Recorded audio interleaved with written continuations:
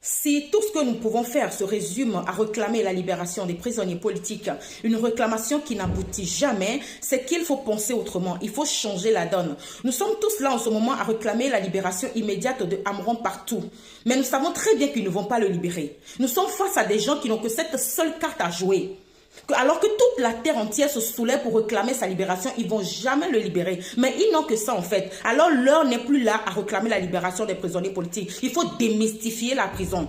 Il faut démystifier cette histoire de kidnapping, d'arrestation arbitraire, de torture. Il faut démystifier ça. La meilleure question à se poser en ce moment, c'est qu'est-ce que Amron veut? Est-ce que Amron veut qu'on se soulève en masse seulement pour réclamer sa libération? Mais le gars, il s'est préparé pour ça.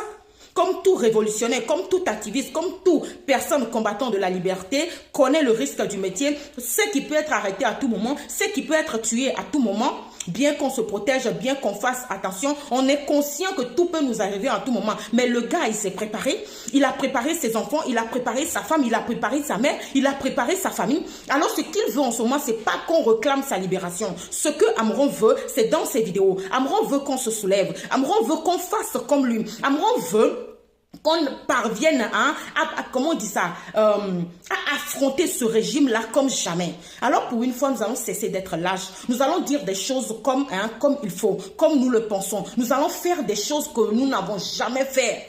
Parce que tant que ce régime est là, je pèse mes mots, ces arrestations ne vont jamais cesser, ces tueries ne vont jamais cesser, la misère ne va jamais cesser au Togo. Alors au lieu de faire des mea culpa, faisons ce que Amron fait, faisons ce que tous ces combattants-là prennent leur courage pour faire.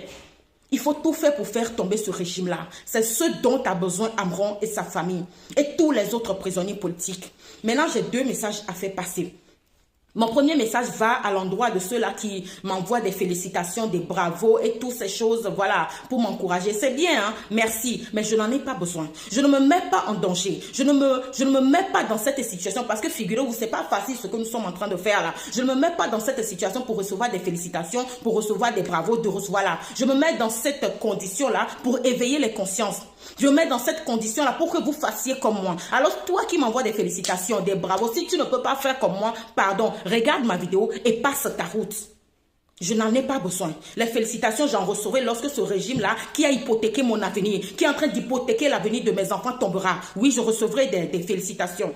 Mon deuxième message va à l'endroit de ceux-là qui sont dans nos commentaires. Je parle au nom de tous les activistes, tous les combattants. Vous qui nous critiquez, vous qui essayez de nous décourager, vous qui nous insultez. Je me posais la question, mais qu'est-ce qui ne va pas?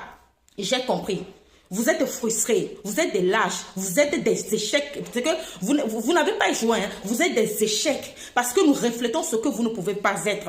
Nous faisons ce que vous êtes incapables de faire. Donc, au lieu de copier sur nous, au lieu d'essayer de nous ressembler, au lieu je sais pas, d'essayer de marcher sur nos pas, non, vous êtes là à vous comporter comme des lâches.